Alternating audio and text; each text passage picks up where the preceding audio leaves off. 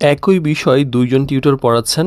একজনের ক্লাসে স্টুডেন্টরা অনেক মনোযোগী, অন্যজনের ক্লাসে বিরক্ত। আসলে পার্থক্যটা কোথায়? তো অনেক সময় উত্তরটা লুকিয়ে থাকে কণ্ঠস্বর এবং উপস্থাপনায়।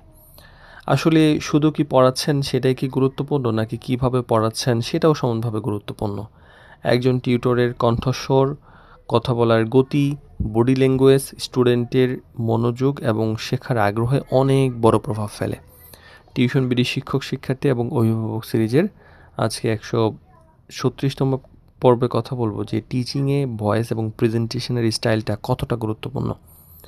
আসলে পরিষ্কার এবং আত্মবিশ্বাসী কণ্ঠে কথা বলাটা অনেক বেশি গুরুত্বপূর্ণ, যাতে আস্তেও না হয় জোরেও না হয়, এমনভাবে কথা বলুন যেন স্টুডেন্টরা সহজেই বুঝতে পারে। আর একটানা একই টোন এড়িয়ে চলাটা উচিত। একইভাবে যদি কথা বলতে থাকেন, কোনো আপস অ্যান্ড ডাউন না হয়, তাহলে ভালো লাগবে না। গুরুত্বপূর্ণ অংশ ভয়েস ওঠানামা করার দরকার আছে, এতে ক্লাস প্রাণবন্ত হয়। আর হাসিমুখ ও ইতিবাচক বডি ল্যাঙ্গুয়েজটা একটা দরকার আছে। বন্ধুসুলভ আচরণ স্টুডেন্টকে দেখা যায় অনেক স্বাচ্ছন্দ্য দেয় এবং প্রশ্ন করতে উৎসাহিত করে।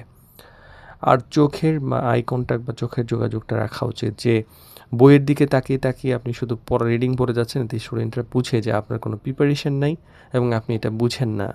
আপনি যখন বুঝেন তখন কিন্তু আপনি আপনার মতো করে ব্যাখ্যা করতে পারবেন। যখন আপনার মতো করে ব্যাখ্যা করতে পারবেন তখন কিন্তু এঙ্গেজমেন্টটা বাড়ে। আর ধীরে এবং স্পষ্টভাবে প্রয়োজন মতো বিরতি দিয়ে বোঝান। খুব দ্রুত যখন আপনি পড়াবেন বা কিছু বলেন তখন স্টুডেন্ট কিন্তু ফলো করতে পারে না। সকল ধরনের স্টুডেন্টকে কিন্তু আপনাকে ক্যাচ করতে হবে। তাই শুধু গুরুত্বপূর্ণ পয়েন্টের পর ছোট বিরতি দিন। কোনোভাবে তাকে এঙ্গেজমেন্ট করেন। এমন একটা কিছু করেন যাতে স্টুডেন্ট মানে কোনোভাবেই মনোযোগ বাইরে না যায়। যেমন ধরেন আপনি এমন একটা শব্দ বলে দিলেন যে, "আমি যখনই এই শব্দ উচ্চারণ করব তখন অবশ্যই তোমাকে একটা সাউন্ড করতে হবে। বা ইয়েস স্যার বা আই এম ওকে বা আ বা কোনো একটা কিছু, মানে অল ইজ ওয়েল বা কোনো কিছু।" তো ধরেন এইরকম একটা টোন বললেন যে, "হ্যাঁ, আমি যখন এই শব্দটা উচ্চারণ করব তখনই তোমাকে এটা বলতে হবে বা এটা আপনার পছন্দ মতো যেকোনো শব্দ হতে পারে।"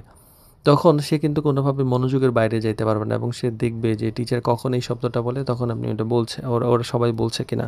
তো আপনি তার কনসেন্ট্রেশনটা ধরে রাখতে পারবেন এবং সেটা অটোমেটিক্যালি হবে। তো একজন দক্ষ টিউটর যে শুধুমাত্র যে ভালো জানেন তা না, তিনি এমনভাবে উপস্থাপন করেন যাতে স্টুডেন্ট সহজে বুঝতে পারে, মনোযোগ ধরে রাখতে পারে এবং শেখার আগ্রহটা বাড়ে। তো ভালো টিচিং শুধু যে জ্ঞানের তা কিন্তু নয়, সুন্দর উপস্থাপনাও কিন্তু একটা বড় শিল্প।